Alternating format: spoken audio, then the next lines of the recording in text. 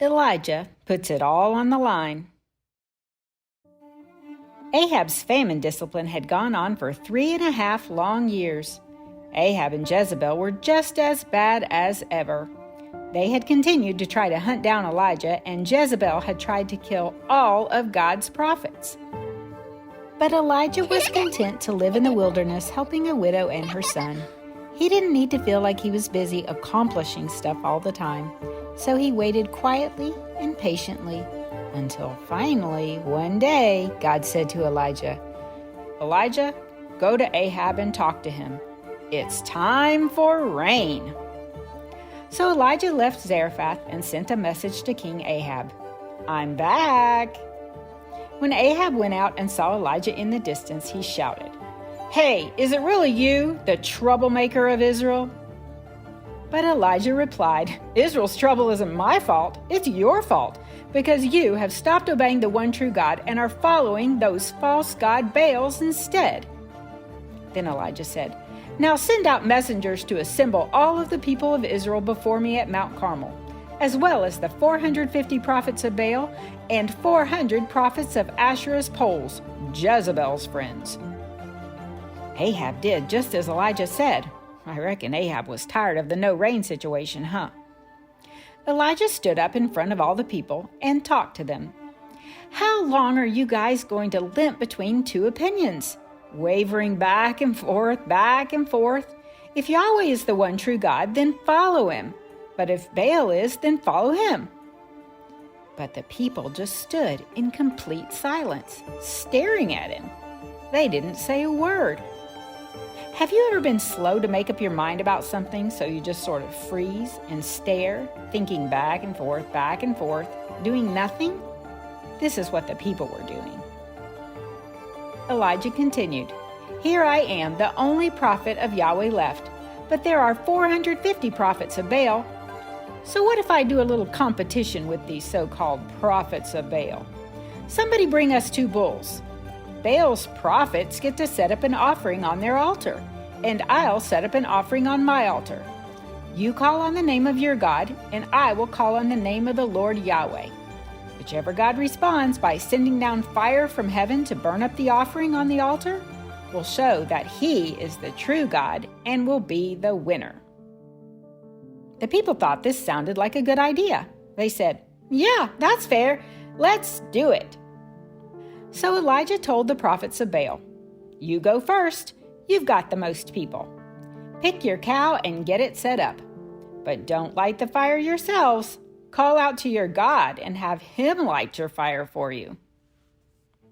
So they set up their offering, and all morning, for hours and hours, the Baal prophets asked, "Oh Baal, light this fire."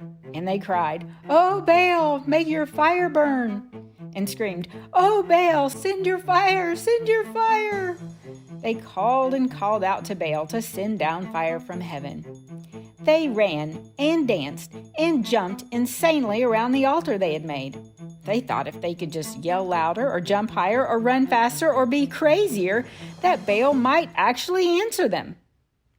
At lunchtime, after this had been going on for many hours and nothing happening, Elijah started to make fun of those false prophets of the false god Baal. He said, "Try yelling louder. Don't stop. After all, he is a real God, right? So maybe he's deep in thought, or maybe he's busy on the potty. Or perhaps he went on a trip and won't be back for a while. Oh, I know. I bet he's just asleep and needs you to wake him up." This made the Baal prophets angry, so they shouted louder and louder to try to get the attention of their false god. All afternoon, this went on and got crazier and crazier. "Oh, Baal, send your fire, send your fire." They screamed and danced and yelled, but there was nothing. No sound, no answer, no fire from heaven. Nothing. Finally, they gave up. It was no use. Baal was not hearing them. Now it was Elijah's turn. He called to the people, "Come on over to me. So all the people came in close to watch. Elijah was preparing the greatest show ever, and he didn't want anyone to miss it. Elijah fixed the broken altar of the Lord that was there on the mountain.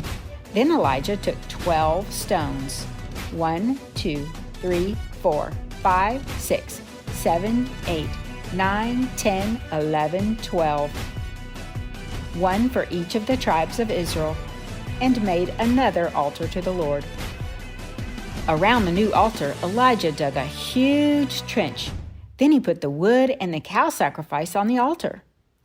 Elijah wanted to make this the greatest show ever, to prove just how powerful God was. Fill 4 buckets with water and dump it onto my offering. What? Water? Do you know what happens to wood when it's even a little bit wet? It gets very hard to burn. It just doesn't want to catch on fire. And Elijah was putting buckets and buckets and buckets of water on his wood. 1, 2, 3, 4. After the first 4 buckets of water, Elijah said, "Do that again, 4 more buckets." So they did it again. 5, 6, 7, 8. One more time. So they poured 4 more buckets of water on the wood. 9, 10, 11, 12. By now, the wood was soaking wet. There was so much water flowing that it rolled down the sides of the altar and completely filled up the big trench around the altar.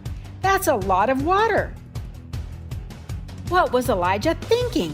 Why would he go to the extra trouble to make it even harder for him to win against the Baal prophets?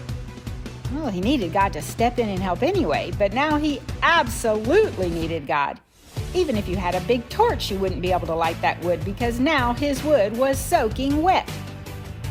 Miracle time!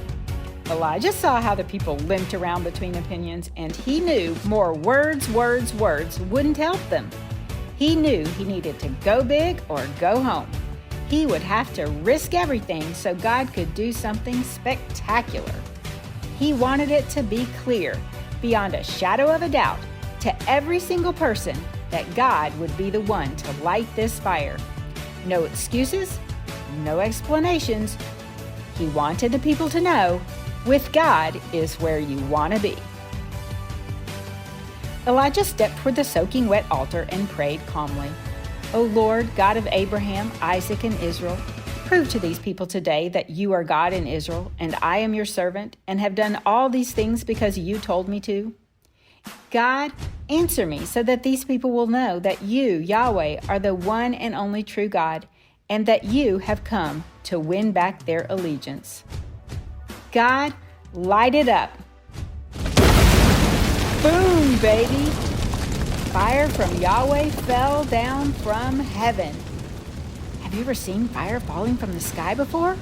I bet those people hadn't either. That fire was so big and so hot and so clearly from God that it completely burned up the wood and the cow and the rocks and the dirt and all the water that was on the altar and down in the trench.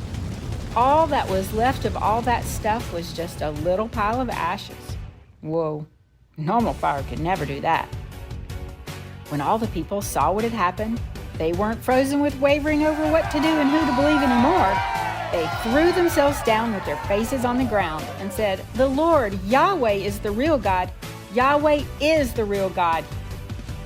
What they had seen wasn't just words like the Baal prophets had used, and that didn't work at all. This was power, and the people had seen it with their own eyes. "Now grab those prophets of Baal," Elijah called, "and don't let even one escape." So they did away with every last one of those so-called prophets of Baal. Thanks to Elijah, God had been able to prove his incredibly credible power once again. And when the people saw that power, they knew this is where we want to be.